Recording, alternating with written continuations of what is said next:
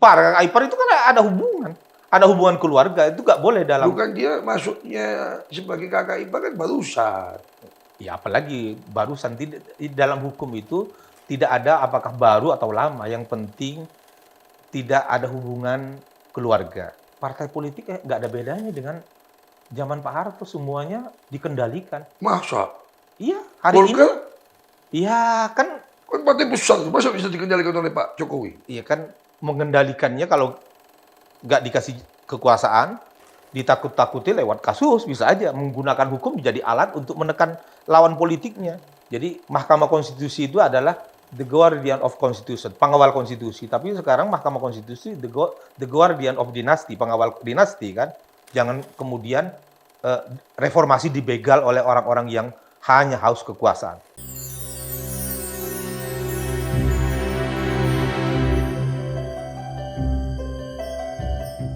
Sobat Forum, kita makin renyah diskusinya ini, ya, menyoroti tentang ini.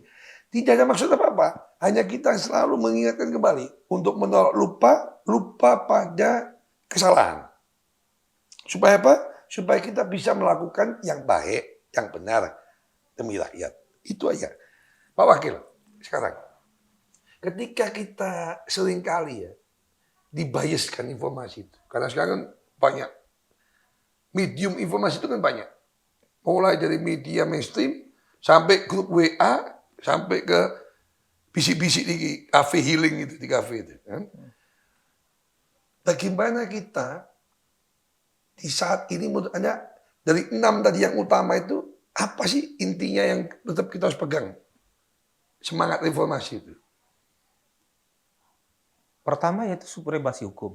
Itu harus ya. Tuntutan kami 98 itu Sampai sekarang belum ada itu, belum ditegakkan. Belum setegak-tegaknya. Belum setegak-tegaknya. Setegak-tegaknya, bahkan penegak hukum sekarang bisa diintervensi. Masih bisa diinformasi ya. Intervensi, bisa diperalat untuk kekuasaan gitu, untuk menekan lawan-lawan politiknya. Itu jangan sampai terjadi. Jadi mulai peradilan, kejaksaan, ya semuanya. Kepolisian, bahkan pengadilan yang seharusnya adalah lembaga yudikatif trias politika tersendiri juga diintervensi hari ini oleh kekuasaan. Kan serem gitu kan? Udah nggak ada bedanya lah dengan zaman Orde Baru. Kekuasaan ini kemudian merajalela, seolah-olah ada. Kok kita kesannya abai ya sampai 25 tahun? Kenapa ya? Saya kira kalau kita tidak abai, hanya kita mungkin minoritas. Aktivis 98 yang masih memegang nilai-nilai prinsip-prinsip perjuangan itu menjadi minoritas. Yang terutama yang masih kuat untuk tidak hidup bermewah-mewah itu sedikit. Kuat yang lainnya itu sudah ya mungkin teman-teman banyak yang nggak tahan miskin itu mungkin ya. Jadi kita minoritas sudah 98 yang memegang nilai-nilai idealisme itu minoritas. Lainnya sudah ya yang paling garang pada 98. Apakah kemudian aktivis jadi kaya kemudian jadi lupa kan nggak mesti ada korelasinya. Nggak apa-apa kaya, nggak apa-apa. Tapi jangan kemudian menggunakan cara-cara yang tidak benar yang pernah kita tolak pada 98. Dia nempel ke sana dan kekuasaan untuk hanya mengharapkan kekayaan yang kolaborasi dengan hasil-hasil. Apalagi berkolaborasi dengan pelanggar HAM, dengan kemudian orang-orang yang kemudian mengembalikan kepada praktek-praktek KKN, nepotisme, kolusi, korupsi dan nepotisme pada zaman dulu yang kita tolak, itu kita harus lawan. Dan kita nggak akan pernah mau untuk kerjasama atau apa dengan mereka. Kalau kayak saya, yang kayak kami itu sedikit. Tidak ada sejarahnya kita 98 itu. Jadi kalau ada yang ngaku-ngaku 98, tapi dia menjadi kacung atau bekerja sama dengan orang yang terlibat penculikan, udah nyata-nyata terlibat penculikan karena ada putusannya kan, terlibat dalam orang-orang yang mempraktekkan KKN, termasuk nepotisme. Saya kira bukan aktivis 98 yang sebenarnya. Mereka sudah mengkhianati spirit reformasi 98. Atau hanya karena berbaju 98 aja ya? Enggak, ada teman-teman memang 98, tapi mungkin udah sudah apa ya? Sudah gak tahan menjadi miskin gitu. Barangkali itu. Atau pingin banget terhadap kekuasaan. Karena kita itu memang setelah reformasi 98 banyak yang kembali ke kampus. Tidak terlibat. Minimal nyalinya udah usul lah. Iya. Nyalinya sudah tua. Ya? Dan akhirnya dia melupakan semuanya itu untuk menatap masa depan katanya. Gak bisa begitu. Karena karakter penjahatnya dari muda sampai tua itu tetap penjahat. Kapan taubatnya? Wong nggak belum pernah diadili. Kalau diadili bahwa dia sudah melakukan korupsi, Dan belum ada pengakuan terbuka juga ya. nggak ada pengakuan terbuka. Masa percaya pada orang yang Dinyatakan bersalah, tapi nggak pernah ngaku. nggak pernah ngaku, kemudian tidak pernah melalui proses hukum. Hanya persoalan hanya etik, kena etik aja di militer itu kan. Duh, kok bisa dia begitu? Ini karena hukum kita setelah 98 itu tidak juga maksimal berfungsi sebagai prinsip-prinsip negara hukum tidak Berarti Anda berjalan menyumbang kesalahan juga dong sebagai Ketua Umum Presidium Ismahi dulu kan? Tidak mengawal sampai tuntas. Kami berusaha mengawal, tapi kan persoalannya pada waktu itu kami minoritas. Apalagi hari ini menjadi minoritas.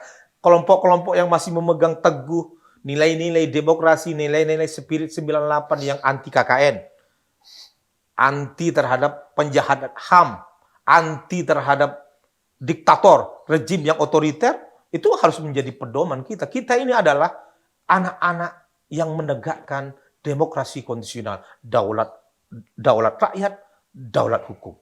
Nah, masa nggak ada mantan Ismahi itu yang jadi hakim, jadi jaksa, jadi apa kayak yang kemudian memperjuangkan itu di institusinya? Nggak ada. Karena di struktur penegak hukum kita, lembaga penegak hukum kita itu belum terjadi reformasi yang dikendaki 98. Andaikan ada sebagian yang jadi hakim, mungkin teman-teman kami, hanya minoritas juga kemudian sampai hanyut terhadap praktek-praktek yang kemudian membutakan hati mereka untuk hidup hedon. Ini yang menjadi problem kita ini.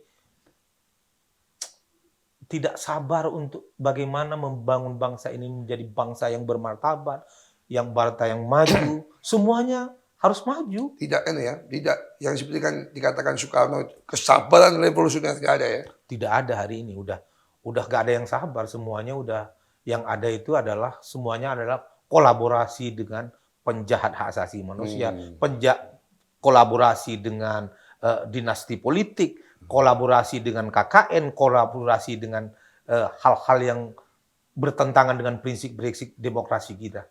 Jadi kesimpulan saya dari cerita Pak Wakil dan semangatnya tadi, berarti pasangan Prabowo Subianto dan Gibran Rakabumi Raka itu mewakili itu semua. Ya, pasangan yang anti reformasi, yang dilawan pada zaman kami reformasi pada 98. Jadi kalau ada orang yang mendukung ini, saya kira sudah mengkhianati. Kalau dia pernah berjuang di 98, sudah mengkhianati spirit reformasi, mengkhianati demokrasi konstitusional kita. Kalau kita lihat debat kemarin, malah cenderung dipakai sebagai alat pembenaran. Lu ada loh di tempat saya. Gak boleh bisa begitu. Jadi kalau orang yang sudah hitam mau dipakai apapun ya tetap hitam. Gak mungkin kembali jadi putih gitu loh. Kecuali dia adalah melalui proses taubatan nasuha, proses hukum, melakukan pengakuan pada publik betul bahwa kami pada 98 telah melakukan penculikan. Dan itu jangan hanya itu. Harus diproses secara hukum. Kan ada equality before the law. Gak mungkin salah satu orang warga negara punya keistimewaan tidak diproses secara hukum. Sehingga apa yang disebut dengan terjadi kejahatan tanpa proses hukum, impunitas itu yang terjadi hari ini. Nah ke depan Anda yakin ini diproses? Kalau dia berkuasa gimana kita memproses? Oke. Berarti apa berarti? Saya kira satu-satunya jalan itu adalah bagaimana ada perubahan cepat dari gerakan mahasiswa. untuk mengembalikan Coba semangat coba demokrasi. kasih gambaran gimana coba. Saya kira mahasiswa harus memandu kami-kami yang sudah mulai setengah abad ini untuk kembali ke jalan.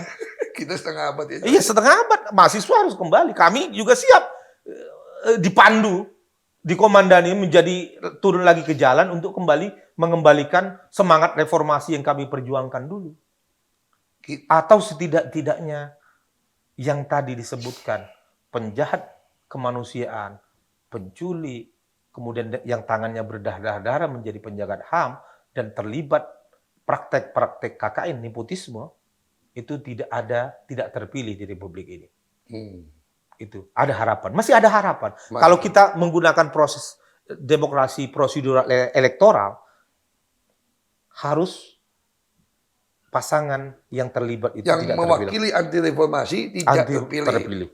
Tapi kalau sampai terpilih, kita lawan. Kita harapkan mahasiswa sebagai panglima.